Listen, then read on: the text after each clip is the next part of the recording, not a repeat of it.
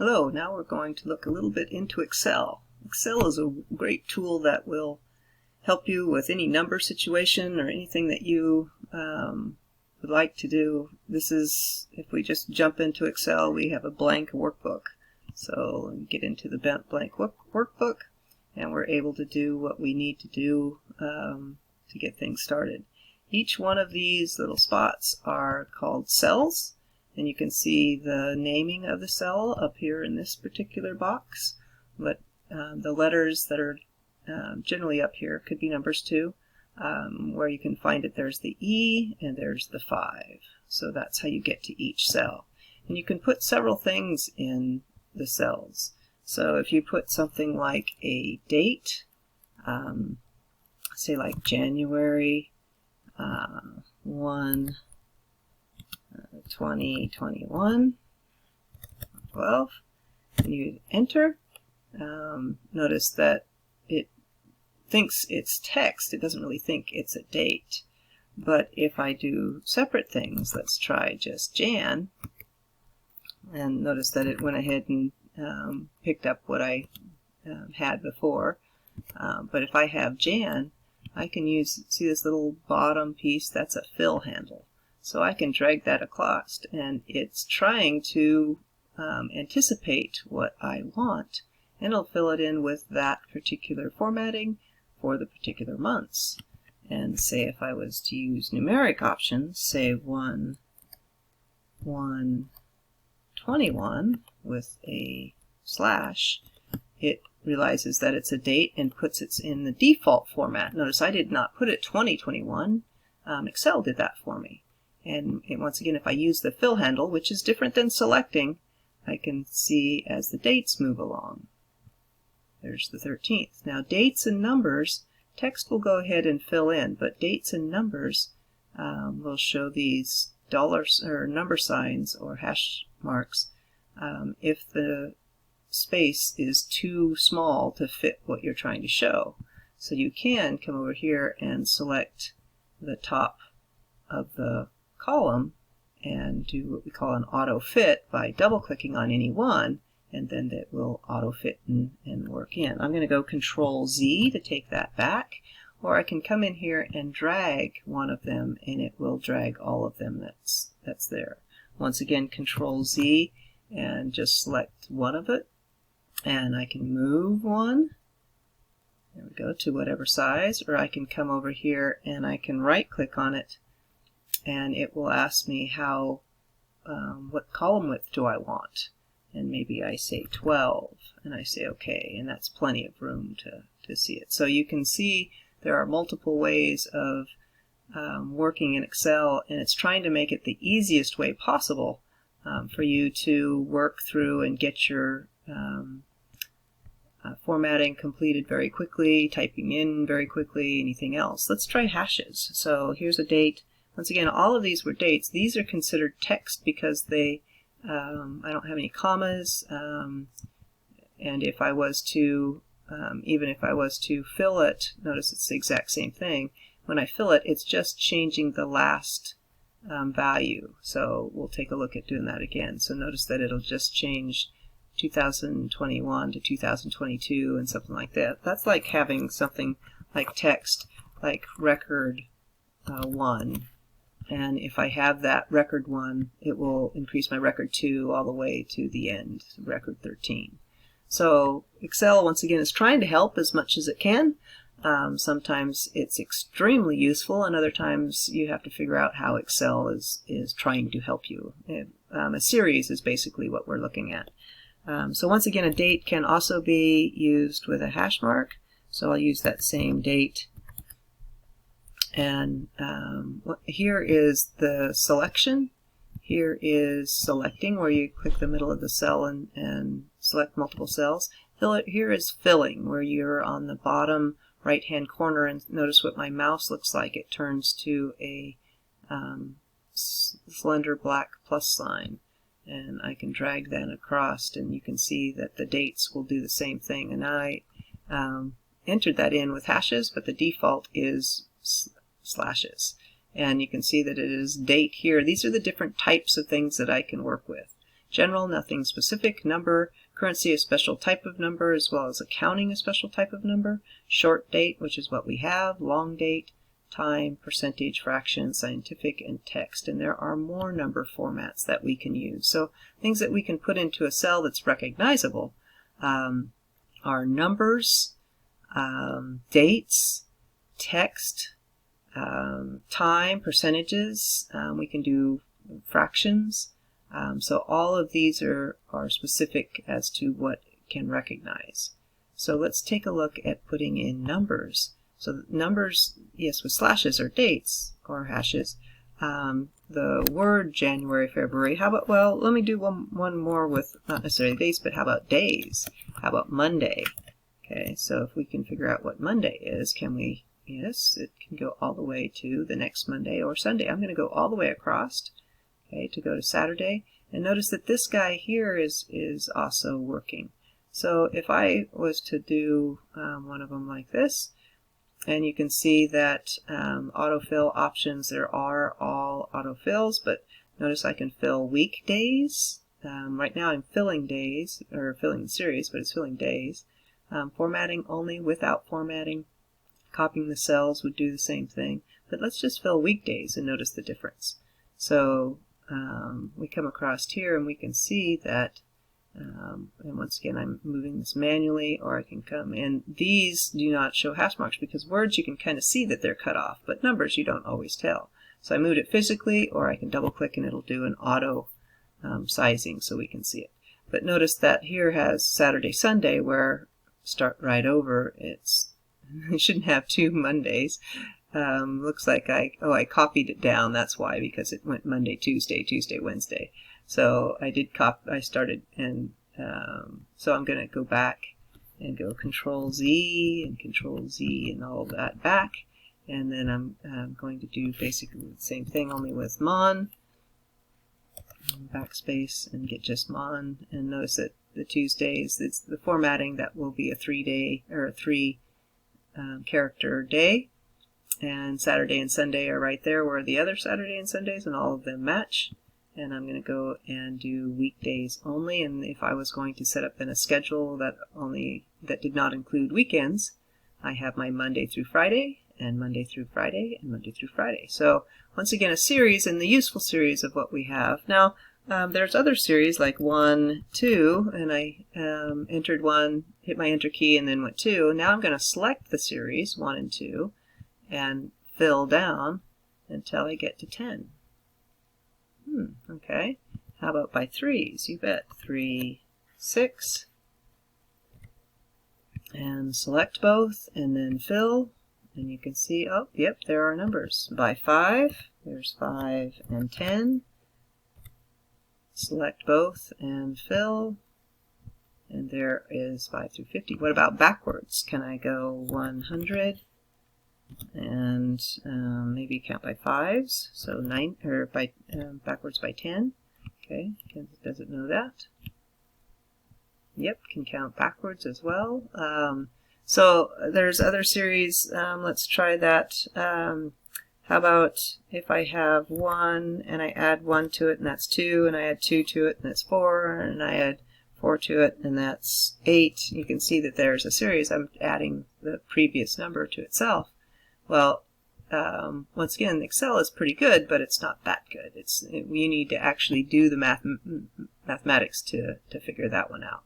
So if I was going to then sum all of those, I can do a really quick sum by using this summation E. Okay, so summation E is going to sum all of the cells that are there. Now that's the most realistic block of cells that Excel thinks you should use, and it is correct. Equals is saying that I'm going to do some sort of action like a formula or a function, and then parentheses are the block of cells that I'm going to use. Notice the colon between, and if I hit enter, it shows me a number, but when I click on the 55, this is the sum of B11 through B20. I can use commas, I can do whatever else. So I'm going to you can see that I can now fill that across, and it will, it fills the relative cell value all the way across. I'm going to go Control tilde, which is up by your number 1 key, to the left of your number 1 key, and you can see that these have formulas in them. These are data, and this is formulas, all the sum formulas, B11 through B20, C11 through C20. So as I filled across, it uses cell relativity to say, hey, you were in the B row or the B column, now you're moving to the C column, so I'm going to change those B's to C's, and then C's to D's, and D's to E's, and so on and so forth as you fill across. Same thing about filling down with cell relativity. These are extremely useful. Notice that I just made some data really quickly, and now I have the sum of that data as we were working on. And these up here that we had for dates, notice that they are stored as integers. Okay, so when we're working at dates, you can see the date that's there up in the formula bar, but how they're stored is by integers. Days, of course, stored by days themselves.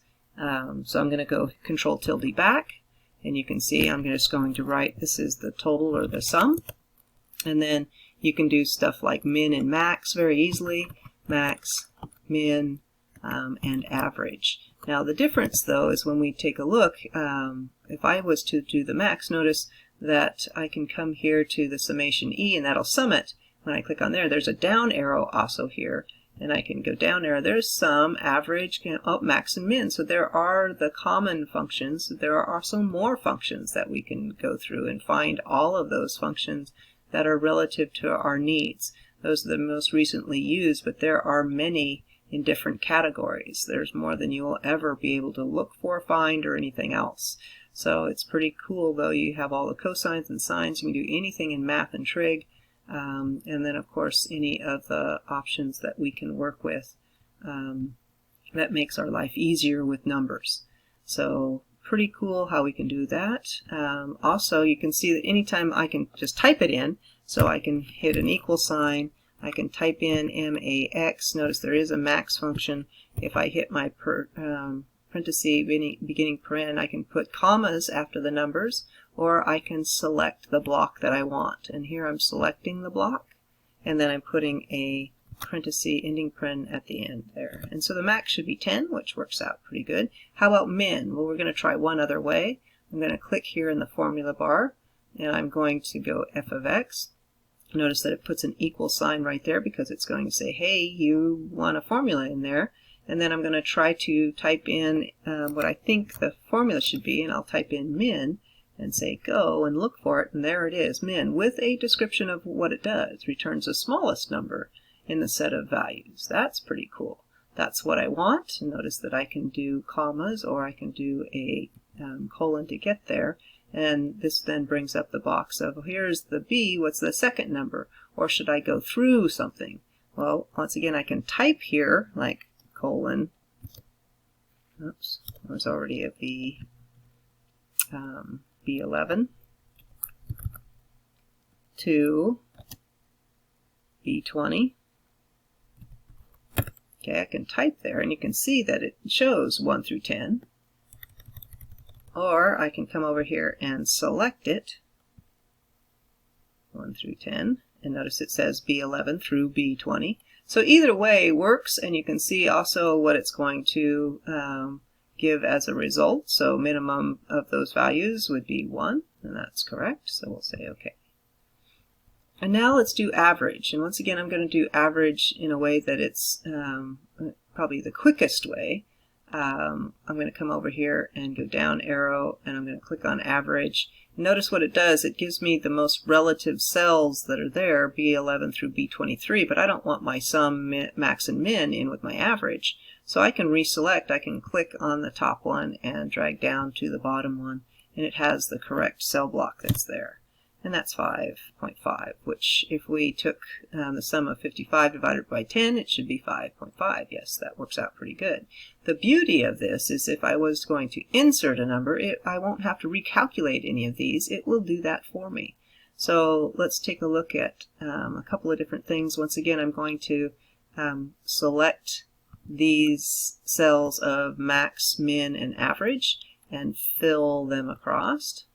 And with cell relativity, you can see that it works fairly well. I'm going to go Control tilde, and you can see that the formulas and their relative cell blocks are copied in between. And realize that I can do my own formulas too. Say that I wanted the difference in between the min and max. I can say diff of min and max. And so I can write my own. So I'll go equals, and I'll take my max value, and I'm going to subtract my min value. So I can type in my own, and once again I'm going to use cell relativity to drag that across, and it'll take all the mins and subtract them from the maxes. Okay, Control tilde back, and you can see the values that are there. Okay, so if I had the sum of 55, I have my max of 10, and there's 1, and the average of 5.5. I'm going to take 10 and subtract 1 from it, and I get 9. So all of these are doing the exact same thing with the relative cells that are there. It's pretty cool. So Excel is here to help us be able to type in anything that we want, copy anything down, use what we need to. There's a couple other things that are kind of cool since we're on formulas. I'm going to say equals now with parentheses. Now every formula that we use that's pre-written will have parentheses to work in. And now what do you think that's going to give us?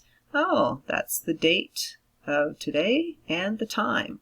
And how about just today? Oops, well, today doesn't do anything, but equals today with parentheses is a formula, and there's the date of today. Pretty cool. So Excel allows us to do a lot of things.